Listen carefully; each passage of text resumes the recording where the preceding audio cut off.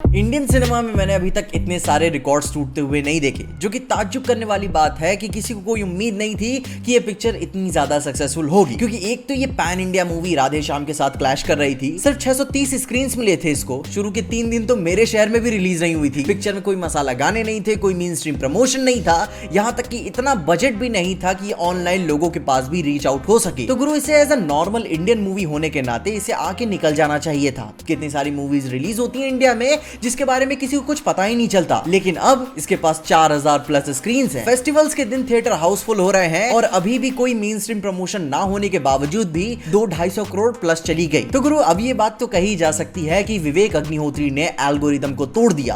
Apart from all the differences, allegation, उन सब के बावजूद मूवी आउट परफॉर्म कर रही है, जिसका ऑब्वियस रीजन किसी के दिमाग में सबसे पहला यही आता है कि मूवी एक्सट्रीमली सेंसिटिव टॉपिक पे बनी है। वो कल्चरल रिस्ट्रिक्शन है इस मूवी के सब्जेक्ट की तरफ लोगों को और अट्रैक्ट करता है। कहते हैं ना, जिन चीजों को मना किया जाए वहीं पे लोगों का ध्यान ज्यादा जाता है कि भाई कैसा राज है जो हमको मना किया जा रहा है। अब खैर, ये सारी बातें तो ठीक है, वो कोई डिनायल नहीं है, लेकिन इसके अलावा एक और चीज लोगों को इस मूवी की तरफ अट्रैक्ट कर रही है, वो है इसका पूरा फुल ऑन एक्सप्रेसिवनेस। इंडियन ऑडियंस से काफी लेट में बात समझी, लेकिन जो वर्ल्ड की रेनाउंड मूवीज है वो सारी मूवीज कहीं तो इंडिपेंडेंट स्टूडियो से आती है, नहीं तो बहुत ही छोटे बजट में बनी होती है, just like parasite, whiplash, get out, Nomadland. और ये तो सिर्फ कुछ ही एग्जांपल्स हैं। और एक तरफ अगर हम ऑस्कर्स को भी देखें तो पिछले दशक की 90% से भी ज्यादा मूवीज सबके सब मैच्योर मूवीज हैं। दैट मींस कि कोई PG-13 नहीं है, ओनली फॉर एडल्ट्स। और ठीक यही मूवी उन्हीं सारे गैप्स को भरती है। अपन सालों से मस्ती मजाक एंटरटेनमेंट देखते हुए आए हैं, मगर उसमें कोई सीरियसनेस या फिर डिसेंसी के साथ भी वो नहीं बनाई जाती। कहीं पे अननेसेसरी मसाला गाना डाल देंगे तो कहीं पे एग्जैजरेटेड कॉमेडी होगी। और वो भी ठीक है, वो अपनी मूवीज को बेचने की कोशिश कर रहे हैं,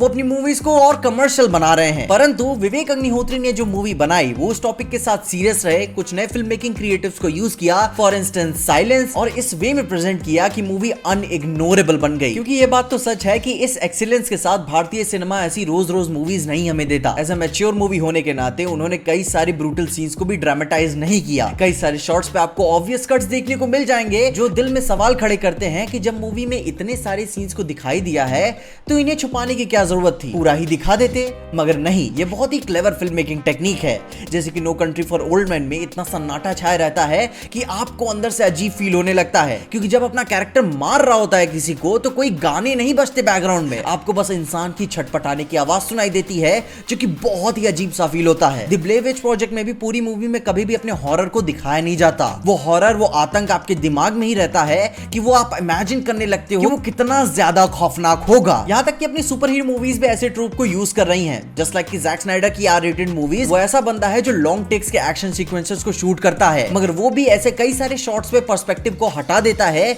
जिससे वो बिल्ड अप ऑडियंस के दिमाग में बैठे कि कितना ब्रूटल या खौफनाक होगा वो। और ये सारी कहानियां रिस्की हैं क्योंकि सब नहीं चलती, इसीलिए बड़ी मीडिया कंपनीज अपने कंटेंट को, अपने धंधे को रिस्क फ्री बनाए रखते हैं। यहाँ तक कि हॉलीवुड भी ये करता है, ऐसी मूवीज बनाते हैं जिन्हें रिलायबली प्रिडिक्ट किया जा सके, कास्ट, स्टोरी और एस्थेटिक्स को रिस्क फ्री बनाते हैं कि वो उसे सबको रेकमेंड कर सके। लेकिन द कश्मीर फाइल के साथ ऐसा नहीं था। मूवी वाइल्डली एक्सप्रेसिव होने के साथ साथ अपने छोटे बड़े पॉइंट्स पे ही अपने आप को होल्ड बैक करती है, जिससे ये मूवी सटलिटी के साथ वेरियस रेंज ऑफ ऑडियंस के लिए रेकमेंड की जा सके। और गुरु, ये हमारे तुम्हारे हाथ में नहीं है, ये सोशल एल्गोरिदम के हाथ में है। मूवी मैच्योर होने के बावजूद भी अपनी डिसेंसी की वजह से बनाए होने के कारण ये सबको रेकमेंड होती है। और ये मूवी बिना किसी मेन स्ट्रीम प्रमोशन के वर्ड ऑफ माउथ से प्रमोट हो रही है, क्योंकि भाई एक बात तो ये सबसे ज्यादा मैटर करती है कि एक बार पिक्चर जैसी भी बनी, रिलीज होने के बाद जब वो पहले लोग देख कर आते हैं, उनकी बातें बहुत ही ज्यादा वैल्यू करती हैं कि भाई उन्हें मूवी देखने के बाद कैसा लगा और वो आगे लोगों को इसे कितना रेकमेंड करेंगे। मगर ये मूवी उन सारे ऑड्स को हटाते हुए और आगे बढ़ते जा रही है, और मैं होप करता हूं